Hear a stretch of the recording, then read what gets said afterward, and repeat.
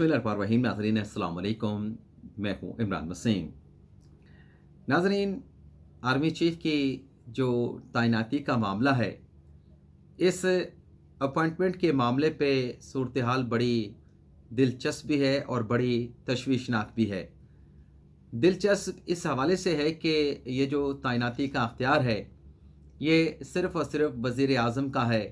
और वज़ीर आज़म की मर्ज़ी है कि वो किसी के साथ मुशावरत करें, किसी के साथ मुज़ाकरात करें या किसी के साथ वो इत्तफ़ाक़ राय के साथ मुशावरत करके इस तैनाती के अमल को मुकम्मल करें। और पाकिस्तान का जो कॉन्स्टिट्यूशन है और पाकिस्तान के जो कवानीन हैं, वो किसी किस्म की कदगन वज़ीर आज़म के इस अख्तियार पे नहीं लगाते कि आपने लाज़मन ये जो तकर्री है, आपने किसी के साथ मुशावरत करके, किसी के साथ मायनी ख़ेज़ मुज़ाकरात करके या इत्तफ़ाक़ राय करके करनी है। लेकिन नाज़रीन, दूसरी जानिब जो आर्मी चीफ़ की तैनाती की समरी में ताख़ीर हो रही है, वैसे तो आज मीडिया पर ये ख़बरें चली हैं कि जो तैनाती की समरी है, वो वज़ीर आज़म हाउस को मौसूल हो गई है। लेकिन जो हमारे ज़राए हैं, वो ये बताते हैं कि ये प्रोसेस शुरू हो चुका है,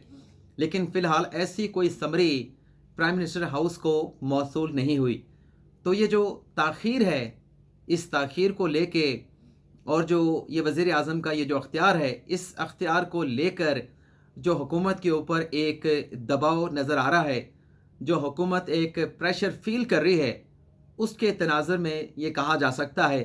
कि सूरत हाल जो है इस तकर्री के मामले पर तशवीशनाक भी है और हुकूमत के लिए ये एक बड़ा इम्तिहान भी है। इम्तिहान इसलिए कि देखना ये होगा कि जो प्रेशर हुकूमत फ़ील कर रही है,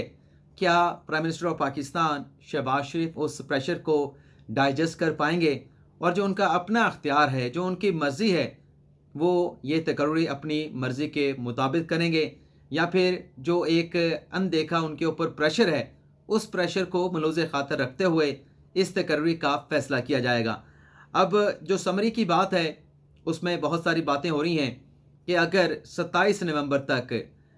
ये समरी ताख़ीर का शिकार होती है तो वज़ीर आज़म के पास ऑप्शंस क्या हैं? वज़ीर आज़म के पास फिर अख्तियारात क्या होंगे? वो किस तरीके से इस तकर्री के अमल को जो है वो पाया तकमील तक पहुँचा सकते हैं? तो ये जो सारे सवालात हैं, इन सवालों के जवाब आगे चल के आप नाज़रीन के साथ हम शेयर करेंगे। ज़राए क्या बताते हैं कि हुकूमत पर दबाव क्या है और प्राइम मिनिस्टर क्या मुशावरत कर रहे हैं? रात गए, क्या बैकडोर राब्ते हुए, कौन सी अहम मुलाकातें हुई, इस सारे मामले के ऊपर आगे चल के आप नाज़रीन के साथ गुफ्तगू करेंगे। लेकिन उससे पहले चंद बड़ी अहम खबरें हैं, उनकी डिटेल आप नाज़रीन के साथ भी शेयर करना इंतहाई ज़रूरी है। एक तो नाज़रीन, एंकर अरशद रशीद साहब के कत्ल की तहकीकात के सिलसिले में आज 3 बड़ी अहम डेवलपमेंट्स हुई हैं। एक तो FIA की जो फैक्ट फाइंडिंग कमेटी है,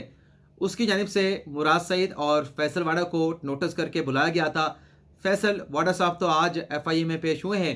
लेकिन मुराद सईद साहब को जो नोटिस FIA की फैक्ट फाइंडिंग कमेटी की जानिब से भेजा गया था, उस नोटिस के जवाब में मुराद सईद ने उस कमेटी से 10 सवालों का जवाब मांग लिया है। यानी लग ऐसा रहा है कि जो रिस्पांस मुराद सईद का सामने आया है, उससे बज़ाहिर ऐसा लगता है कि फैक्ट फाइंडिंग कमेटी नहीं बल्कि मुराद सईद इस मामले की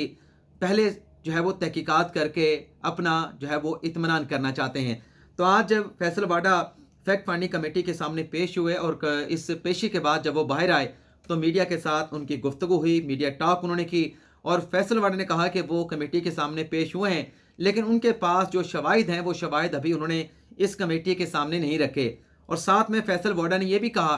कि नतीजा जिस तक हमने पहुंचना है वो ये है कि हमने गोली चलाने वाले को नहीं पकड़ना, बल्कि उस गोली चलवाने वाले तक पहुंचना है जिसने ये टास्क गोली चलाने वाले को दिया था। उन लोगों तक हमने पहुंचना है और उनको हमने कानून के कटहरे में लेके आना है। अब मुराद सईद साहब को जो नोटिस भेजा गया, उस नोटिस के जवाब में जो 10 सवालात मुराद सईद ने पूछे हैं, उसमें से चीदा चीदा सवालात भी आप नाज़रीन के सामने रख देते हैं। एक तो नाज़रीन सवाल उन्होंने ये उठाया है कि अरशद रशीद साहब के कत्ल के बाद जो गैर जिम्मेदाराना किस्म के स्टेटमेंट वज़ीर दाखिला राना सनाउल्लाह की जानिब से दिए गए, क्या उन बयानात के बाद जो फैक्ट फाइंडिंग कमेटी है वो गैर जानिबदार शफाफ तहकीकात कर सकती है? एक तो उन्होंने ये सवाल उठाया है। दूसरा उन्होंने ये सवाल उठाया है कि जो 16 मुकदमात अरशद शरीफ पर पाकिस्तान के मुख्तलिफ इलाकों में दर्ज किए गए, उन मुकदमात के जो मुद्दईयान थे वो कौन थे। दूसरा सवाल उन्होंने ये उठाया है। तीसरा सवाल मुराद सईद का ये है कि दुबई जब अरशद शरीफ साहब रवाना हो रहे थे तो उनकी दुबई रवानगी की जो तस्वीर हैं वो किसने लीक की और किसकी जानिब से शेयर की गई। चौथा सवाल उन्होंने ये कहा है कि दुबई में जब अरशद शरीफ साहब मुकीम थे तो वहाँ से किसने अरशद शरीफ को मजबूर किया कि आप दुबई छोड़ के केनिया चले जाएं। और पांचवा जो सवाल है वो मुराद सईद ने यह उठाया है कि वो कौन था जिसने अरशद शरीफ के कत्ल को एक्सीडेंट का रंग देने की कोशिश की। अब जहाँ तक एक्सीडेंट और कत्ल की बात है, ये जो मुख्तलिफ बातें अपना मुराद सईद साहब ने की हैं, तो जो एयरवाई न्यूज़ पे खबर चली थी उसमें भी यही रिपोर्ट किया गया था कि केनिया के शहर नैरोबी में अरशद साहब जो हैं वो किसी बड़े हादसे का शिकार हुए और अपनी ज़िंदगी की बाजी वो हार गए। अब चौथा सवाल मुराद सईद ने यह उठाया है कि किस शख्सियत के खिलाफ तहकीकाती रिपोर्ट अरशद शरीफ मुरतब कर रहे थे जिसकी वजह से उन्हें टारगेट किया गया, उनकी टारगेट किलिंग की गई। सातवां सवाल जो कि बड़ा इंपॉर्टेंट है, मुराद सईद ने यह उठाया है कि शहादत के बाद जो हुकाम की तरफ से, पब्लिक ऑफिस होल्डर की जानिब से यानी ओहदेदारान की जानिब से जो उजरत में बयानात दिए गए, प्रेस कॉन्फ्रेंस किए गए, उसकी वजह क्या थी। इसके अलावा और भी 3 सवाल हैं, लेकिन ये 7 बड़े अहम सवाल जो है वो मुराद सईद ने उठाए हैं। तीसरी नाज़रीन जो डेवलपमेंट हुई है, कल जो लंदन में एक शख्स सामने आया जिसने अपने आप को मुस्लिम लीग नवाज लंदन का तर्जमान कहा, दावा किया उन्होंने, आज उनका एक और स्टेटमेंट सामने आया है जिसमें तस्नीम हैदर शाह साहब ये कहते हैं कि मैं अपने बयान पर आज भी खड़ा हूं और 200% तक अपने बयान पर मैं स्टैंड करता हूं और मेरे पास जो मैंने इल्ज़ामात लगाए हैं उन इल्ज़ामात के सबूत भी मौजूद हैं। तस्नीम हैदर शाह ये कहता है कि नून लीग मुकम्मल तौर पर ख़त्म हो चुकी है। 2 हफ्तों में तमाम जो किरदार हैं साजिश के वो गिरफ्तार हो जाएंगे और उसकी गिरफ्तारी की वजह तस्नीम हैदर शाह ने यह बताई है कि ये बरतानिया है और बरतानिया में आइन और कानून की हुक्मरानी है। और आगे चल के तस्नीम शाह ने कुछ एतराफ़ात भी किए हैं। एक तो उन्होंने ये कहा है कि मेरे ऊपर जो पाकिस्तान में FIR काटी गई है वो झूठी FIR है, तो उन्होंने पाकिस्तान में कटी जो कि 19 कत्ल के मुकदमात की FIR है उसका भी उन्होंने एतराफ़ कर लिया है कि वो उस केस में एक्यूज़ हैं। दूसरा उन्होंने एतराफ़ यह किया है कि कल जो स्टेटमेंट देने के बाद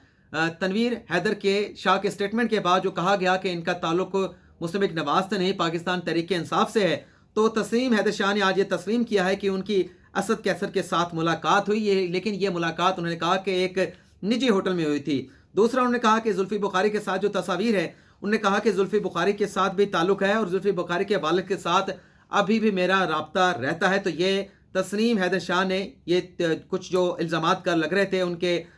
PTI के साथ ताल्लुकात के हवाले से और FIR के हवाले से, इन बातों का आज उन्होंने एतराफ़ कर लिया है। अब आ जाते हैं जो इमरान खान साहब से मुतल्लिक एक बड़ी खबर है। कार सरकार में मदाखलत पर जो उनके खिलाफ दहशत गर्दी का मुकदमा दर्ज हुआ था जिसमें इमरान खान साहब अबूरी ज़मानत पहले ATC अदालत से हासिल कर चुके हैं, लेकिन वो अबूरी ज़मानत आज की तारीख तक थी। तो आज इस्लामाबाद की इंसदाद दहशत गर्दी की अदालत में राजा जवाद अब्बास ने इस केस की समाअत की है और इमरान खान साहब का मेडिकल रिपोर्ट आज अदालत में पेश की गई जिसमें कहा गया कि खान साहब तो अलील हैं, उन्हें गोली लगी है और मेडिकल रिपोर्ट ये आपके सामने है। तो एक तो उन्हें हाजिरी से इस्तिस्ना दिया जाए और दूसरा उनकी ज़मानत को कन्फर्म किया जाए या एक्सटेंड कर दिया जाए। तो अदालत की जानिब से इमरान खान के साहब की जो अबूरी ज़मानत है उसे 28 नवंबर तक एक्सटेंड कर दिया गया है, लेकिन साथ ही आइंदा समाअत पर जो खान साहब की मेडिकल रिपोर्ट है वो मुकम्मल रिपोर्ट भी जो है वो अदालत की जानिब से तलब कर ली गई है। अब आ जाते हैं आर्मी चीफ की खबर पे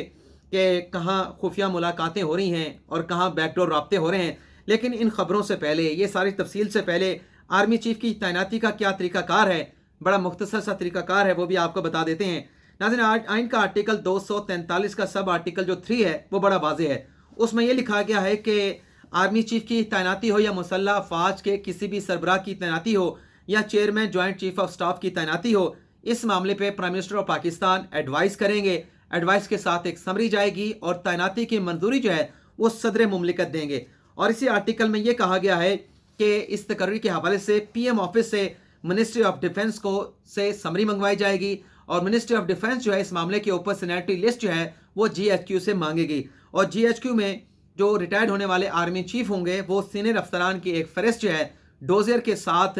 जो सीनियरिटी पे आने वाले अफसरान होंगे, मिलिट्री अफसरान होंगे, उनकी प्रोफाइल के साथ ये समरी, ये डोजियर जो है वो वजारत दिफा को भेजेंगे اور یہ جو ڈوزیئر ہے یہ سمری کے ساتھ پھر وزارت دفاع جو ہے اس سے پرائم منسٹر پاکستان کو جو ہے وہ بھجوا دیا جائے گا، اور پھر پرائم منسٹر ان میں سے اگر ایک شخص کی تقرری ہونی ہے، یعنی آرمی چیف کی تقرری ہونی ہے یا مسلح افواج کے کسی اور سربراہ کی ہونی ہے، تو اگر ایک نام کی تقرری ہونی ہے تو 3 نام جو ہے جی ایچ کیو کی جانب سے بھجوائے جائیں گے. لیکن اگر 2 تقرریاں ہونی ہے، جیسے کہ اب ہونی ہے chairman chief of staff committee کی تعیناتی ہونی ہے، آرمی چیف کی تعیناتی ہونی ہے، تو اگر یہ صورتحال بنتی ہے تو جی ایچ کیو سے 5 ناموں کی سمری جو ہے وہ جی ایچ کیو کے ذریعے وزارت دفاع کے براستہ جو ہے وزیر اعظم آفس کو بھیجی جاتی ہے. اب آ جاتے ہیں، اچھا ایک اور خبر بھی ہے.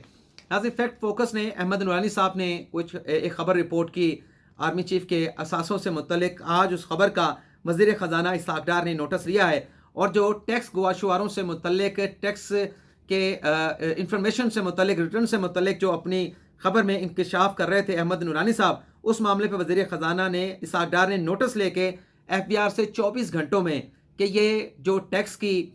کلاسیفائڈ انفارمیشن تھی آرمی چیف کی، ان کے خاندان کی، یہ کسی رپورٹر تک کیسے پہنچی ہیں، کون سے افسران اس نااہلی اور غفلت کے ذمہ داران ہیں، 24 گھنٹوں میں ان کا تعین کر کے رپورٹ جو ہے وہ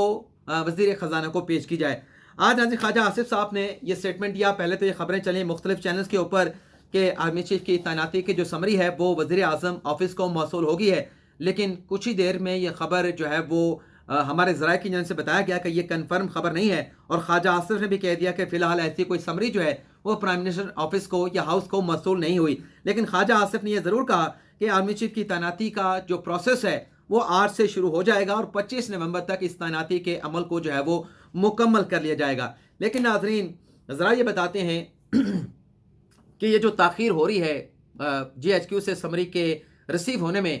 اس کی وجہ سے جو ایک وزیر اعظم کا اختیار ہے کہ وہ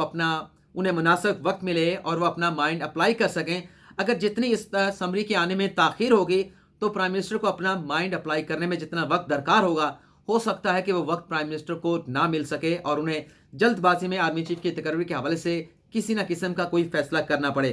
تو ذرا یہ بتا رہے ہیں کہ اس معاملے کے اوپر، اس تقرری کے معاملے کے اوپر حکومت کے اوپر، پرائم منسٹر کے اوپر دباؤ موجود ہے، اور یہ کہا گیا ہے کہ اگر 27 نومبر کو جب ایک جو سینیٹری لسٹ میں پہلے نمبر پہ لیفٹیننٹ جنرل ہیں عاصم منیر صاحب، اگر 27 نومبر سے پہلے یہ سمری نہیں آتی اور عاصم منیر صاحب کی ریٹائرمنٹ کی ایج آ جاتی ہے، یعنی ان کی میعاد آ جاتی ہے، تو اس صورت میں آپشن کیا ہوں گے؟ تو کچھ ذرائع تو یہ کنفرم کر رہے ہیں کہ جو تعیناتی ہے وہ تو جی ایچ کی سے سمری آئے گی تو تبھی وہ مکمل ہو سکتی ہے. لیکن کچھ ذرائع کا یہ کہنا ہے یہ سمری اگر نہ بھی آئے تو اس صورت میں پرائم منسٹر جو ہے اپنا اختیار استعمال کرتے ہوئے، کیونکہ سینیٹری لسٹ کا سب کو پتہ ہے، تو وہ اسٹیبلشمنٹ ڈویژن سے سمری منگوا کر وزارت دفاع کے ذریعے اس معاملے کے اوپر اپنے حتمی جو احکامات ہیں، یعنی تقرری کے جو احکامات ہیں وہ جاری کر کے اس کا نوٹیفیکیشن جو ہے وہ جاری کروا سکتے ہیں. لیکن اگر ایسا کوئی آپشن پرائم منسٹر استعمال کرتے ہیں تو جو اس کے ریپرکشن ہو سکتے ہیں اس کی کیلکولیشن بھی پھر جو یہ فیصلہ کرنے جا رہا ہوگا بغیر سمری کے آرمی چیف کی تعیناتی کا، تو اس کو پھر اس ریپرکشن کو بھی کیلکولیٹ کرنا ہوگا. لیکن یہ بھی بتایا جا رہا ہے کہ اس سمری کے معاملے کے اوپر پرائم منسٹر جو چاہتے ہیں وہ یہ چاہتے ہیں کہ سینیٹری کی بنیاد پر یہ تعیناتی ہونی چاہیے. تو ایک طرف پرائم منسٹر سینیٹری دیکھ رہے ہیں، لیکن دوسری طرف جو حکومتی حکام ہیں اور جو عسکری حکام ہیں اس کے بارے میں یہ رپورٹ کیا جا رہا ہے، میڈیا میں یہ کہا جا رہا ہے کہ جو حکومتی حکام ہیں اور جو عسکری حکام ہیں وہ یہ چاہتے ہیں کہ تقرری کا یہ جو پروسیس ہے آرمی چیف کا اور chairman joint chief of staff committee کا، یہ اتفاق رائے کے ساتھ ہو. تو آج بھی پرائم منسٹر آفس میں ایک ہنگامی اجلاس ہوا ہے وزیر اعظم شہباز شریف کی زیر صدارت، جس میں خواجہ وزیر دفاع خواجہ آصف نے شرکت کی ہے. اس کے ساتھ وزیر داخلہ رانا ثناء اللہ شریک ہوئے ہیں، اور اس کے علاوہ وزیر قانون سردار ایاز صادق بھی اس اجلاس میں شریک ہوئے ہیں. تو اب دیکھتے ہیں کہ اس معاملے پہ ویسے تو حکومت کہہ رہی ہے کہ کسی قسم کا کوئی ڈیڈ لاک اور اختلافات نہیں ہیں، لیکن جو حالات ہیں وہ یہی اشارہ دے رہے ہیں کہ معاملات جتنے سادہ بتائے جا رہے ہیں، معاملات اتنے سادہ نہیں ہیں، بلکہ اس میں کہیں نہ کہیں پیچیدگی جو ہے وہ پائی جاتی ہے. تو یہ ناظرین آج کا ہمارا ویلاگ، آپ سے اجازت چاہتے ہیں. اللہ تعالی ہم سب کا ہمیں ناصر اور اپنی ڈھیر ساری دعا میں یاد رکھیے گا. اللہ حافظ.